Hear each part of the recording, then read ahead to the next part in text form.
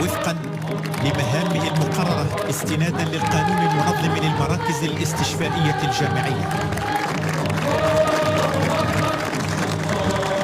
فالمركز الاستشفائي الجامعي محمد السادس بطنجة جوهرة المراكز الاستشفائية بعمارته المتفردة التي تجمع بين ما هو مغربي أصيل وعصري ومطابقته لأعلى مواصفات الجودة البيئية.